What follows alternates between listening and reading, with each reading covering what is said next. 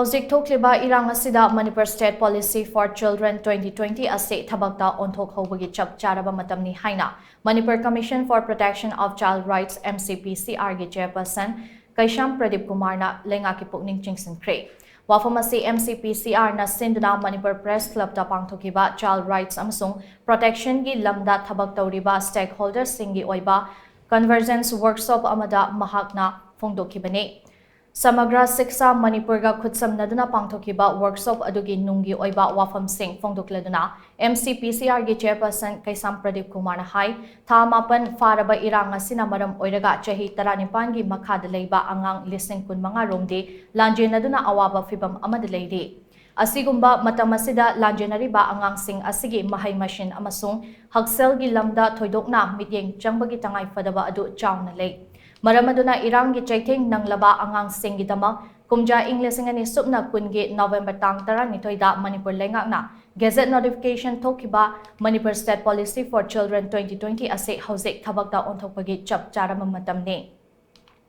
Irang thokliba manungda angang sing matau karamna ngakpi senbigani makhoi gi damak karamba thaurang lokhatkani amadi angang sing gi punsi mahing matau karamna semgat kadagi haibana chingba kaya ase hairiba policy asida yawba wafam ngaktani maramaduna policy asigi makhada maraibak thiraba angang sing gi damak paikhat kadaba thabak thoram sing gi action plan athubada lengakna lauthokna ba hotnabiyu.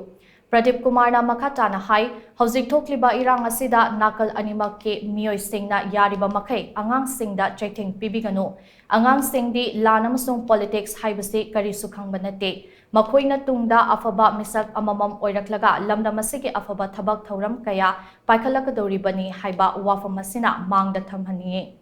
Maramaduna angang singda afaba education amasung healthcare piba haibasina Khwaidagi maru oiba ama oina lauduna langi chaithengdagi makhoibu ngakthok minasi haina Pradipkumar na makhatana phongdokhi.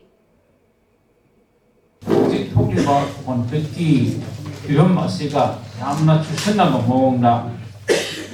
English singaniga kunda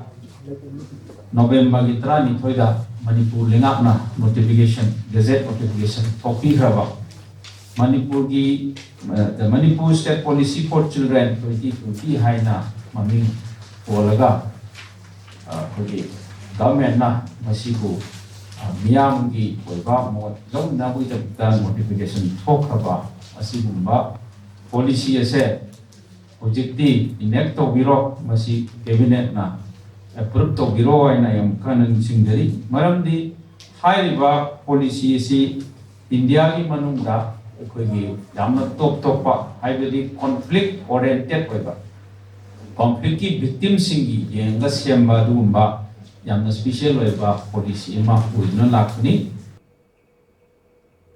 Workshop aduda sarugya kiba social welfare gi director ngangum utam na hai mahairoi singda mayai kaba chinjaki matangda awareness pinaba school singda club gumba amamam thamba ase yamna kanagani. Higher secondary gi thaktadi tongan ba hiramgi secretary sing lady adubu substance abuse ki secretary gi post amaga hapchinduna hairiba club ase chalaibada line na thokani aduga high school singi oinade club ase chalaina bagidama oja amagi meeting makhada adumak chalaiba yagani amaromda angang singi right mapung fana phanganba ngamnaraba school singda crisis intervention center amamam lingba su chumgani khalli Masida school sing adugi oja drug de-addiction center singdagi mihut amamam yauhan bada thoidokna mai pakani. Loinana samagra siksa abhiyan na state ki thakta pangthokpa training program singda substance use amadi child rights ki matangda yauhalabadi anganga mari lainaba thabak thoram sing paikhatpada yamna kanagani haina utamna makhatana phongdokhi. Model residential school khara school education kainodi minority di construction part khattani moi construction lawyer kind education is the senior kadoina anu sugumba residential school khara fully functional oya laga alphagi internally displaced oya mi myam angang myam sima duda taman batar kadi amna achoba blessings ama oigani adu tampaki oina di masigi residential school se alphagi kairao bitragi andro kendri manunda moirang durel manakta sabani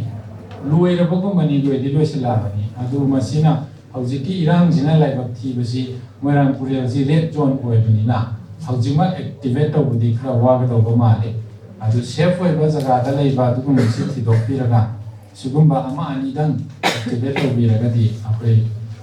as over blessing some of Waini have a suggestion to Tanzage.